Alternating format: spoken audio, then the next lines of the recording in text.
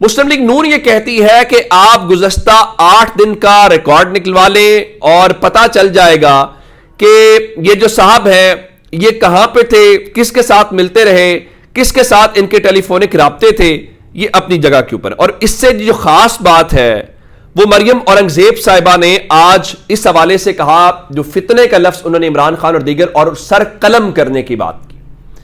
یعنی آپ اندازہ کریں کہ سیاسی مخالفت اپنی جگہ کے اوپر ہے, اور میں نے ان سے یہ سوال کیا کہ آپ اتنی جذباتی اور سارا کچھ جو ہے, تو ان کا جی حد پار ہو گئی ہے. پھر انہوں نے لفظ بکواس بھی استعمال کیا کہ ان کی بکواس ختم نہیں ہوتی, ان کو ٹھنڈ کب پڑے گی, یہ ساری باتیں کی. وہاں پہ سوال بھی الفت مغل صاحب نے کیا, انہوں نے الزامات تو چیف جسٹس اور چیف الیکشن کمشنر کے اوپر لگائے ہیں, تو مسلم لیگ نون پریس کانفرنس کرنے کیوں آ گئی ہے, آپ کیوں دفاع کر رہے ہیں؟ لیکن وہ ظاہر ہے آئیں بائیں شائیں جو ہے. اب مجھے یہ بتائیے, اگر آپ کے پاس کوئی چیز نہیں ہے اور اس حوالے سے اگر آپ مخالفین کے سر قلم کرنے کی باتیں کر رہے ہیں, تو میرا خیال ہے پھر آپ میچ ہار گئے ہیں. اب جو پہلا نتیجہ آپ کو دینا چاہتا ہوں وہ قاضی فائز عیسیٰ صاحب سے متعلق ہے. قاضی فائز عیسیٰ صاحب ایک بار لندن میں موجود تھے اور انہوں نے یہ کہا تھا, ان سے سوال ہوا تو انہوں نے یوں منہ کے اوپر اشارہ ٹیپ لگنے کا کیا کہ ججز نہیں بولتے, ججز کے فیصلے بولتے ہیں. بالکل ٹھیک بات ہے. پھر ان کی عدالت میں جو بھی بات کرتا ہے تو ہمیشہ بات کہتے ہیں تقریر نہ کریں, ثبوت دیں, ایویڈنس دیں. اور پھر آپ کو یاد ہوگا الزام کی بنیاد کے اوپر جو جسٹس مظاہر علی اکبر نقوی ہیں اور جسٹس اعجاز الاحسن ہیں, یہ الزام لگایا جاتا ہے کہ ان کے استعفے یوں پلیٹ میں پیش کر کے قاضی فائز عیسیٰ صاحب کو دیے گئے, جس کے بعد انہوں نے وہ فیصلے دیے ملٹری کورٹس والے ان کی عدالت سے اور دوسرا انتخابی نشان والا. اب ججز کو تو نہیں بولنا چاہیے. اب قاضی فائز عیسیٰ صاحب تو کہتے ہیں میں ٹی وی نہیں دیکھتا. اگر وہ ٹی وی نہیں دیکھتے تو پھر سوال یہ پیدا ہوتا ہے کہ آج ان کو کمشنر راولپنڈی کے الزامات کا کیسے پتا چلا. اب اس کے بعد میں آپ کو بتا دیتا ہوں کہ سپریم کورٹ آف پاکستان کے اندر ججز سر جوڑ کے بیٹھے. معلوم یہ پڑا کہ جو 5 ججز ہیں جس میں جسٹس منیب, جسٹس جائیہ آفریدی, جسٹس عائشہ ملک, جسٹس اطہر من اللہ اور چیف جسٹس موجود تھے, اور ججز کا مشاورتی اجلاس ہوا اور یہ طے ہوا کہ آیا وہاں پہ از خود نوٹس لیا جائے یا آئینی درخواست سنی جائے. تو میں آپ کو پہلی خبر دے دیتا ہوں کہ از خود نوٹس نہ لینے کا فیصلہ ہوا ہے, اور یہ کہا گیا ہے کہ منڈے کو جو درخواست یا کیس آلریڈی لگا ہوا الیکشن کو کل عدم قرار دینے کا, ان کا کوئی کیس پیر کو لگا ہوا ہے تو آ کر دیکھ لیں گے کیا فیصلہ کرتے ہیں. بالکل ٹھیک ہے. اب انہوں نے چیف جسٹس نے کیا کہا ہے؟ چیف جسٹس نے کہا ہے کہ اس حوالے سے پہلی بات کہ مجھ پر جو مرضی الزام لگائیں کوئی ثبوت تو دیں. بالکل ٹھیک ہے. پھر فرمانے لگے کہ الزامات لگا دینا کافی نہیں ہے, شواہد بھی دیں, الزامات میں سچائی اور صداقت بھی ہونی چاہیے. اب وہ کیا آگے فرماتے ہیں؟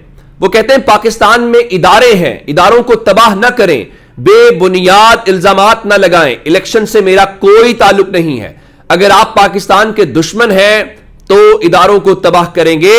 اور انہوں نے کہا کہ الیکشن کروانا الیکشن کی ذمہ داری ہے, پیٹیشن آتی رہتی ہے, اس کا ہم فیصلہ کرتے رہتے ہیں. اور پھر کہ ان کا جی آپ سمجھتے ہیں کوئی الیکشن نہیں کروانا چاہتا تھا, تو میرا کردار الیکشن کروانے کی حد تک تھا.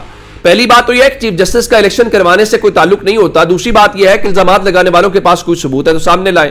اچھا, پھر ان سے پوچھا گیا کہ کیا آپ کمشنر راولپنڈی کو طلب کریں گے؟ تو کہا جب تک کیس کا فیصلہ نہیں ہوتا اس کیسز پر بات نہیں کروں گا, سوموار کے روز کیس لگے گا, آپ دیکھ لیجئے گا. اصل بات یہ ہے کہ کیا کسی ملک کے چیف جسٹس کو کسی, عمران وسیم ہمارے دوست ہیں, بھائی ہیں, ان کا یہ سکوپ ہے جس میں کوئی شک نہیں ہے کہ انہوں نے آج جس طریقے سے یہ ان سے بات کیا اس حد تک تو میں عمران وسیم کو تو اپریشیٹ کرتا ہوں, لیکن کیا کسی ملک کے چیف جسٹس کو اس کے اوپر الزامات لگیں تو وہ ٹی وی کے اوپر آ کے یا کیمرے کے آ کے سامنے وضاحتیں دیتا ہے, یا بلاتے آج کمشنر راولپنڈی کو؟ اور اس میں کوئی شک نہیں ہے کہ پورا الیکشن جو پروسیس ہے وہ ایک سوالیہ نشان بن گیا. اور اب آپ کیا کر سکتے ہیں؟ آپ اس کے پاس کوئی جواب نہیں. اور قاضی فائز عیسیٰ صاحب نے تو کیا کہنا, آج انہوں نے یقینی طور پہ اسلام آباد کے اندر احتجاج تحریک انصاف کا دیکھا ہوگا, بہت بڑا احتجاج تھا. میں نے وائس آف امریکہ کی, میں باقی رپورٹرز کو چھوڑ دیتے ہیں, میں وائس آف امریکہ کی رپورٹ دیکھ رہا جس میں کہہ رہے تھے تحریک انصاف نے بڑا احتجاج کیا 9 مئی کے بعد. اس کو بھی چھوڑ دیتے ہیں. میں لاہور میں موجود تھا, میرے سامنے سلمان اکرم راجہ صاحب کو گرفتار کیا گیا اور میں نے ہی وہ ویڈیو بنائی اور میرے ٹویٹر پہ بھی موجود ہے. بہت سارے لوگوں نے میری ویڈیو لگائی بھی, مجھے کریڈٹ نہیں دیا, کوئی بات نہیں. میرے سامنے خواتین کو گرفتار کیا گیا, میرے سامنے نوجوانوں کو گرفتار کیا, میرے سامنے بزرگوں کو گرفتار کیا گیا. کسی کے ہاتھ میں کوئی ڈنڈا نہیں تھا, کسی کے ہاتھ میں کوئی پتھر نہیں تھا, سب نہتے لوگ تھے. آپ نے ان کو احتجاج کیوں نہیں کرنے دیا؟ سلمان اکرم راجہ تو آپ کی عدالت کے وکیل ہیں چیف جسٹس صاحب. اب آپ کہیں گے کہ آپ کو انصاف, آپ کو ثبوت دیے جائیں. ظاہر ہے آپ ثبوت کہاں پہ آپ کو کوئی دے گا یا کون یہ کر سکتا ہے, کوئی بھی اس حوالے سے نہیں کر سکتا. لیکن پاکستان کے اندر ذرا اندازہ لگائیے, وہ عامر میر جس کی موجیں لگی ہوئی ہیں نگران وزیر اطلاعات, وہ کیا کہتا ہے؟ وہ کہتا ہے جی سلمان اکرم راجہ سمیت چند شرپسند عناصر کو حراست میں لینے کے بعد رہا کر دیا گیا ہے. بتایا گیا جی وہ قانون ہاتھ میں لینے کی کوشش کر رہے تھے اور راستہ بلاک کرنے کی. اگر سلمان اکرم راجہ بھی شرپسند ہے تو پھر اس ملک میں امن پسند کون ہے؟